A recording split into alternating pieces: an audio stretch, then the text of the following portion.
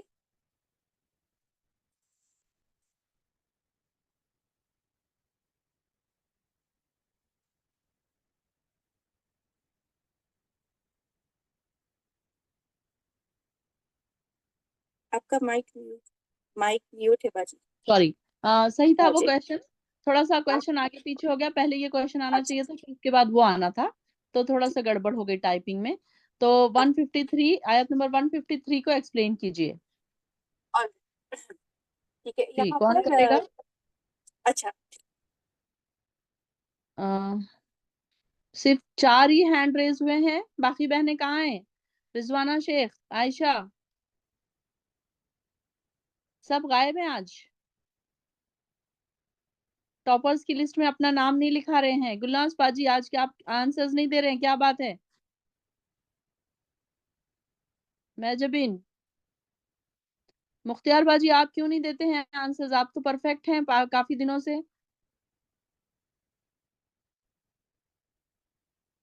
چلیے زکیہ.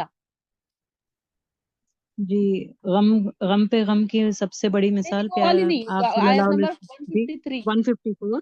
ہاں، ہاں 153. 153. جی جی. یعنی جب مسلمان جو ہے احد پر اپنا وہ بنا لیے تھے تو وہ پیارے نبی کے احکام نہیں مانے تھے، پیچھے مڑ کر دیکھا تک نہیں کہ رسول بلا رہے ہیں. آپ کو پیارے نبی سب مسلمانوں کو ایک مورچہ بنا کر دیے تھے، لیکن جب رسول بلا رہے تو وہ لوگ بالکل پلٹ کر بھی نہیں دیکھا. تو اس وجہ سے جی ان پہ غم کے بادل چھا گئے، یعنی وہ لوگوں نے منہ پھیر لیا. تو یہ ایک بات یہ تھی کہ مال غنیمت کا جانا بھی وہ تھا، اور شہادت بھی ہوئی تھی، اور رسول کی نافرمانی بھی ہوئی تھی. تو غم پہ غم آ گئے وہ لوگوں کے اوپر. تو جی اس لیے اللہ نے غم اس لیے دیے تاکہ اگلی بار جب جنگ ہوگی تو یہ لوگ ذرا مطلب پریپیئرڈ رہتے اس وجہ جی سے. تو آپ جی صلی اللہ علیہ وسلم کی زندگی ہمارے لیے سب سے بہترین نمونہ ہے، کیونکہ آپ کے پاس بہت سارے غم آئے تھے، آپ کس طریقے سے اس کو ڈیل کرتے تھے اور کیسا ثابت قدم رہتے تھے، وہ ہمارے لیے سب سے بڑے رول ماڈل ہے. تو اللہ تعالیٰ جو ہے مطلب سارے اعمال کی خبر رکھتے ہیں جو مسلمان کر رہے تھے، تو اس جی وجہ سے ان پہ غم کے بادل چھا گئے تھے جی، نافرمانی کی وجہ. ویری جی گڈ. چلیے کویشچن نمبر 8 ہے ہمارا. آیت نمبر 154 میں اللہ نے کچھ لوگوں پر امن بخشنے والی اونگ یعنی کہ نیند کیوں طاری کی تھی؟ میں کنٹینیو کروں گی. نہیں، دوسروں کو بولنے دیجیے. چلیے، اور کوئی بولنا چاہے گا؟ کوئی نئی سسٹر؟ صرف 4 ہی ہینڈ ریز ہیں، 4 ہی لوگوں نے پڑھا ہے. بہت آسان ہے، ایک لائن کا ہی آنسر ہے یہ.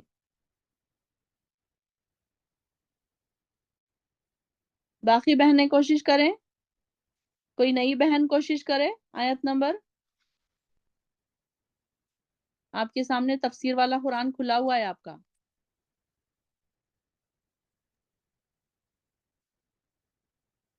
آیت نمبر 154.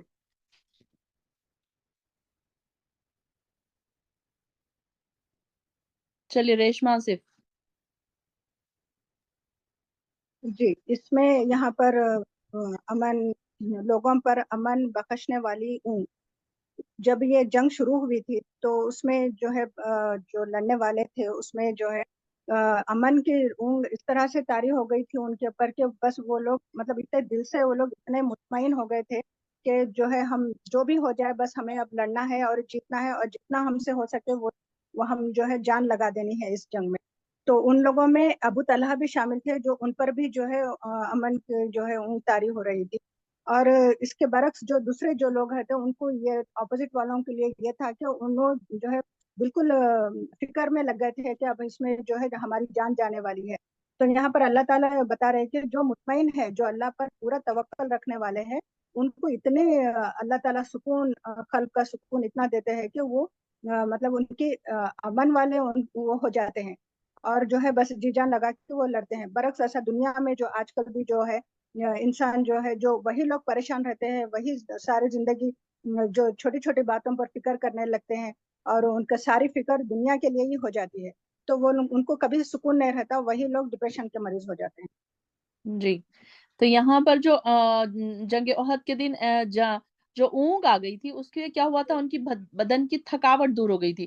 مطلب وہ اتنا تھک رہے تھے اور ان کو ایک ہلکی سی اونگ آنے سے کیا ہوا تھا کہ ان کی ساری تھکاوٹ ان سے اللہ تعالیٰ نے ان کو فریش کر دیا.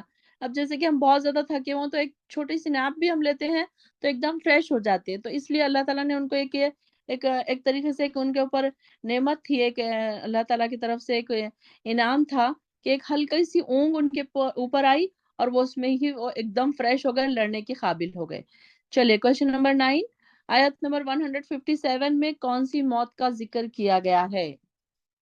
آیت نمبر 157 نکالیے.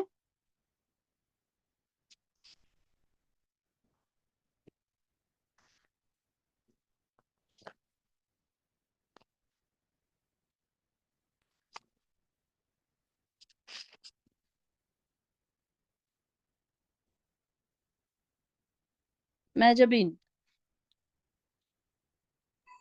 آیت نمبر 57 میں وہ جو لوگ جنگ میں نہیں جا رہے تھے وہ لوگوں کے بارے میں, صحیح بول رہی ہوں باجی؟ جی بالکل صحیح بول رہے ہیں آپ.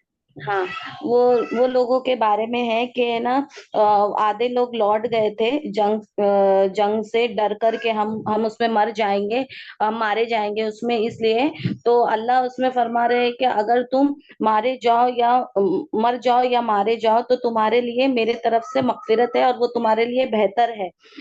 جیسے کہ لوگ سوچ رہے تھے کہ ہم جنگ میں جائیں گے تو ہی مریں گے, پر موت تو کہیں بھی آ سکتی ہے, گھر میں آ سکتی ہے, راستے میں, جیسے کہ ادھر بھی کبھی بھی کسی کو آ سکتی ہے. جنگ میں جانے سے موت آئے یہ ضروری نہیں ہے. تو اللہ تعالیٰ وہی بیان کر رہے کہ تم مرو یا مارے جاؤ تو وہ تمہارے لیے بہتر ہے اور وہ تمہارے لیے مغفرت ہے اس میں, اگر تم لوگ جو جمع کر رہے ہو. اور جیسے خالد بن ولید بھی جو بہت ان کی ساری زندگی ہی جنگ میں گئی, جب وہ اسلام میں آ گئے تھے, اسلام قبول کر لیے تھے, تو ان کے جسم پہ کوئی ایک ایسی جگہ نہیں تھی جہاں پہ نیزے یا تلوار یا تیر کا نشان نہیں تھا, پر ایک ان کی موت جو آئی وہ جنگ میں نہیں ہوئی, حالانکہ انہوں نے ساری اسلامک جنگ لڑی اور جیتے بھی, پر ان کی موت تو گھر میں ان کے بستر پر ہوئی. تو اللہ تعالیٰ یہی چیز بتا رہے ہیں. جی ویری گڈ, ایکسیلنٹ, ماشاء اللہ میجبین بہت پرفیکٹ ہو رہی ہیں آپ, بہت اچھا آنسر دیا ہے ماشاء اللہ, آج بہت اچھے آنسر دیا آپ نے.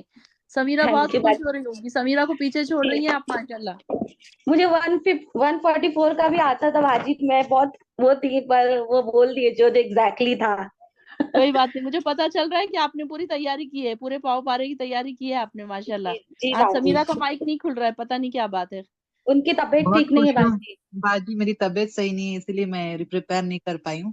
چلے ٹھیک ہے, آپ دیکھ لیجیے, آپ محجبین کو دیکھ کے خوش ہو جائیے, آپ کی بہن آپ سے الحمدللہ زیادہ پرفیکٹ ہو رہی ہیں. دیکھیے الحمدللہ الحمدللہ بس ماشاء اللہ شکر بہت اللہ اچھے آنسر دے رہی ہیں محجبین, بہت خوشی ہو رہی ہے مجھے. تھینک یو باجی. ماشاء اللہ, اللہ تعالیٰ آپ سب کے علم میں اضافہ کرے. چلیے لاسٹ کویشچن ہمارا آیت نمبر 159 میں مشورے کی کیا اہمیت بتائی گئی ہے. آیت نمبر 159.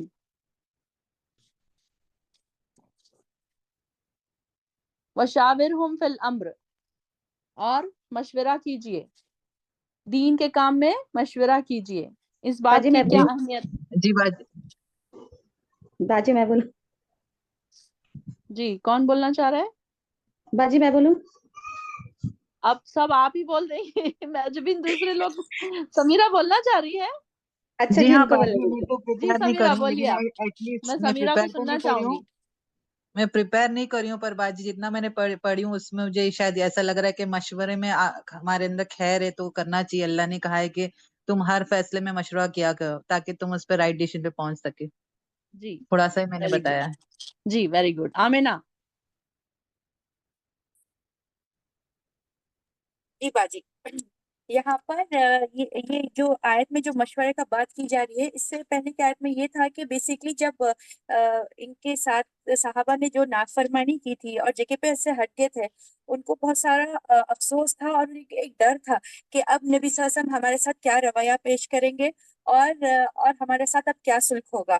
تو اللہ تعالیٰ یہ آیت میں یہی بتا رہے ہیں کہ ایک پراپر لیڈر کی کوالٹی, تو ون آف دا لیڈر کی کوالٹی یہ مشورہ ہے. تو ایک میں جلدی سے بول دوں گی لیڈر کی کوالٹی. تو سب سے پہلے ہے کہ ایک لیڈر کو نرم دل ہونا چاہیے. تو اگر اس کے صحابہ اطراف کے لوگوں نے کچھ غلطی بھی کی ہے تو اسے نرمی سے ان کے ساتھ پیش آنا ہے. اور یہ اللہ تعالیٰ نبی صلی اللہ علیہ وسلم کو کہہ رہے ہیں کہ اس طرح سے پیش آنا اپنے صحابوں کے ساتھ جن نے irrespective انہوں نے آپ کے ساتھ نافرمانی کی.